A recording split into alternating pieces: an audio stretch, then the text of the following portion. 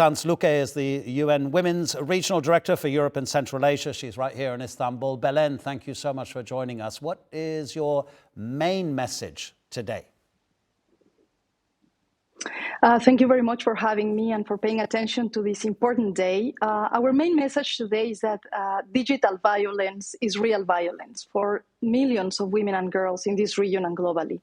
And this day, we really want to call attention to all stakeholders to ensure that we prevent this form of violence and that we eliminate it collectively. It's almost always men against women. Sure, we know that there are men who suffer violence at the hands of their female partners, but the majority of this is perpetrated by men. Is this a psychological condition?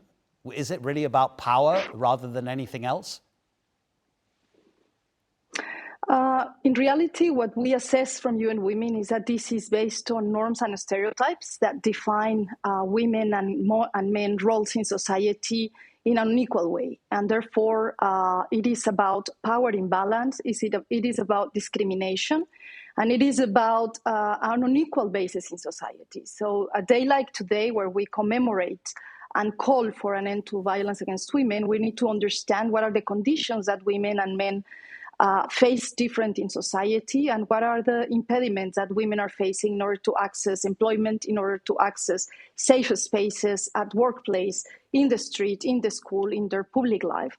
And therefore, we need to pay attention to the specific ways in which women are really facing discrimination, and to really address the root causes of that discrimination to make a change for equality for all women and men on an equal basis. It was really interesting that in the United States, its first ever law that addressed this issue of male violence against women was only passed during the presidency of Bill Clinton. So very, very recently.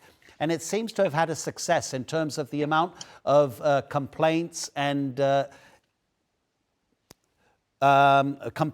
calls that were made by women to centers where they could get some help.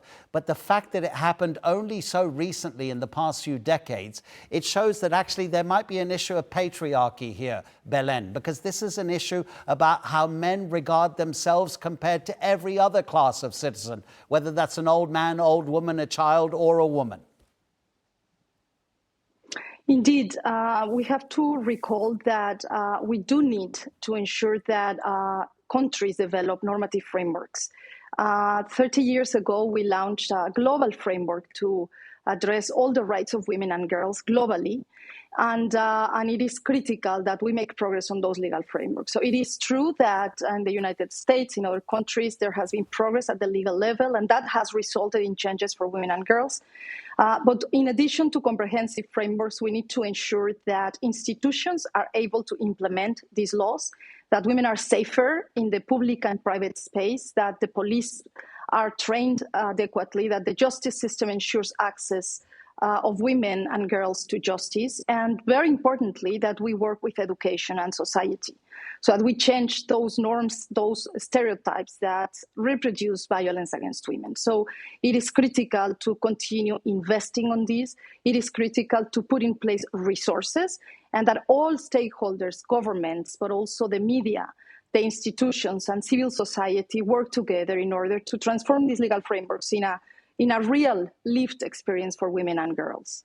There was a time, again, not that long ago, Belen, when there were reports from around the world that if a couple had a girl as their first baby, possibly there may be a case of infanticide there. Is it still the case that male babies might be valued more than girl babies in some countries?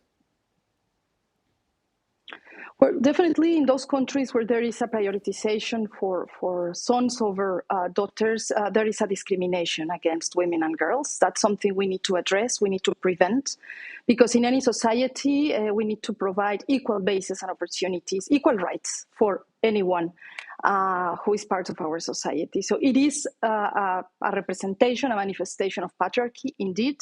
It is a manifestation of discrimination, and that is why in a day like today, it's a very, very big opportunity to reflect about these discriminatory practices. How can we prevent them? How can we eliminate them? And as I was saying at the beginning, this year we are paying special attention to that form of violence that is represented in the online space is a violence that is affecting millions of women and girls. Just in this region, more than half of women report that have been victims of some form of violence in the online world, in the digital world. And therefore, this is yet another form of violence against women that we need to prevent, we need to address the root causes, and we need to put in place the mechanisms to eradicate it. Absolutely. And thanks so much for sending that message via us at TRT World. Belen Sanz Luque, enjoy the rest of your evening. Thank you so much.